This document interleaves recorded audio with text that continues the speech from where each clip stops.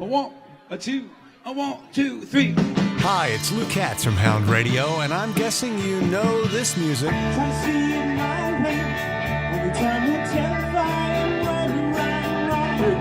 lose that girl. You're gonna lose. Yes, you're gonna lose. Take it up, baby, now. Take it up, baby. Twist and shout. Twist and shout. Of course, it's the Fab Four, this time being played by the GOODFELLAS, Washington, D.C.'s premier Beatles tribute band. Now, they're performing March 23rd at the Bethesda Blues and Jazz Supperclub. I had a chance to speak with the band, and first I wanted to know if they were local D.C. guys. We are. Yeah, John's from Silver Spring, Frank is from Germantown, Mark is from Gaithersburg, and I, Ray, am from Rockville. Bet you used to have your share of Montgomery donuts years ago, huh? Yes, I can't talk about it in front of my wife.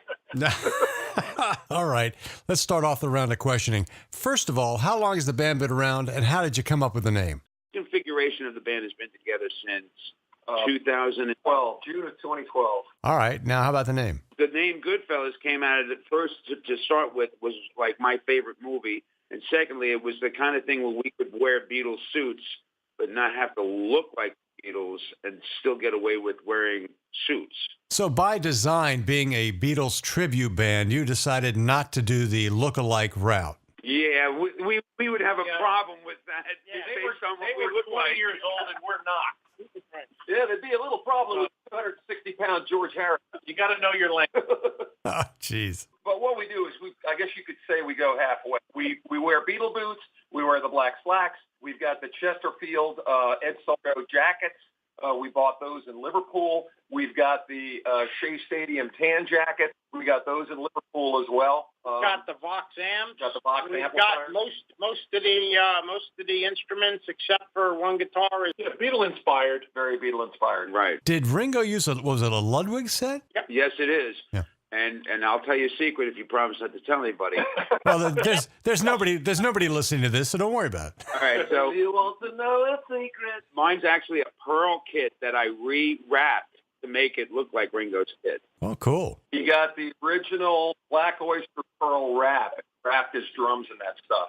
Only because, to buy a Ringo kit or anything that looks like Ringo's kit is, going to be $3,000 and more. Now, I know you guys have made a couple trips over to Liverpool. That had to be pretty neat. Oh, yeah, that was fun. Awesome. Yes, yes. Awesome. Both years, 2013 and 2016, we did 10 shows in 7 days. And in 2016, we actually did the last show of the festival, and it was nothing but other musicians, the people, the Cavern employees. So that made it special. And our show was from 1 to 1:45 in the morning, and we hung out till 4:35 o'clock jamming with people from all over the world. Now, a second ago, you just mentioned about festival.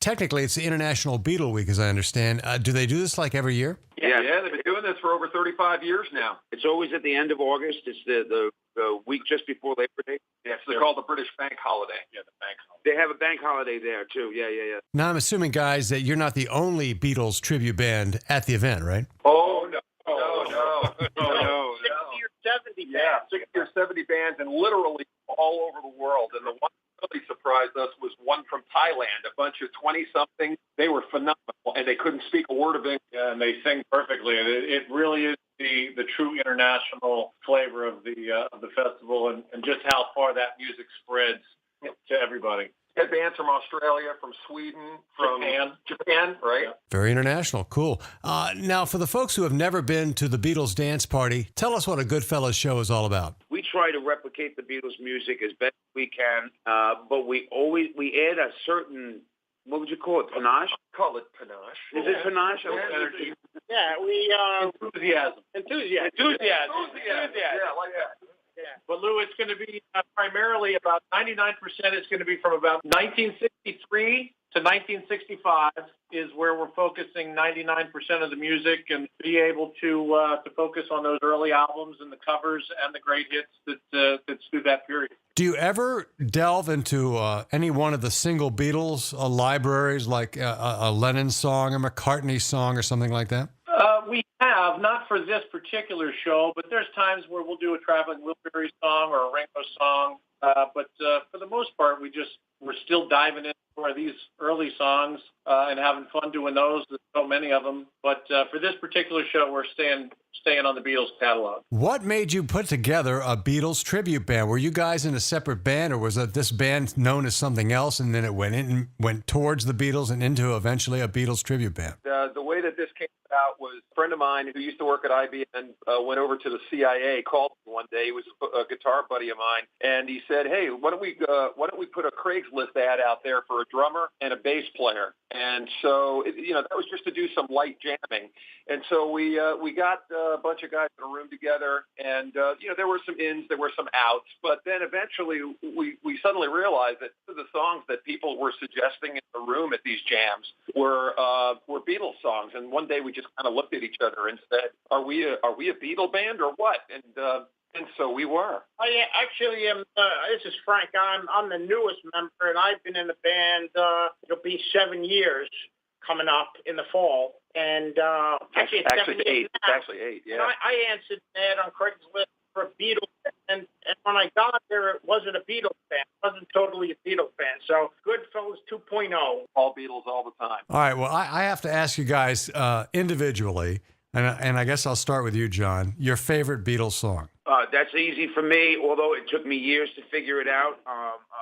Don't Let Me Down. All right, Frank, your turn. Mine is Can't Buy Me Love. We do that song. That was a song I did 30-something years ago as an audition song for Beatlemania. Okay, Mark? Back in USSR, actually, it's got a little bit of the old-style rock and roll, the cool licks of the later period, but at the same time, it was just a great old-fashioned, fun rock and roll song, and I think that's my favorite song of all time. And Ray, how about you? Well, being an Eric Clapton fan from way, way back in the Cream days, I found out that Clapton was actually the guy that played lead guitar work in While My Guitar Gently Weeps. That sealed it. That did it. Well, that's a cool piece of trivia. Now, I have to know, is there one Beatles song over any other that folks want to hear more than anything else at one of your shows? I tell you, every time we play I Want to Hold Your Hand, the crowd comes alive. I wanna hold your hand.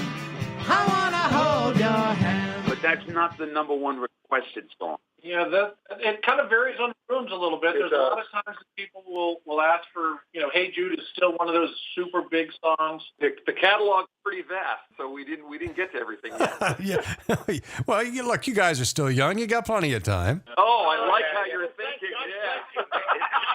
At least 15 I years. think Lou's our next best friend right now. We do get a lot of requests for I Saw Her Stand.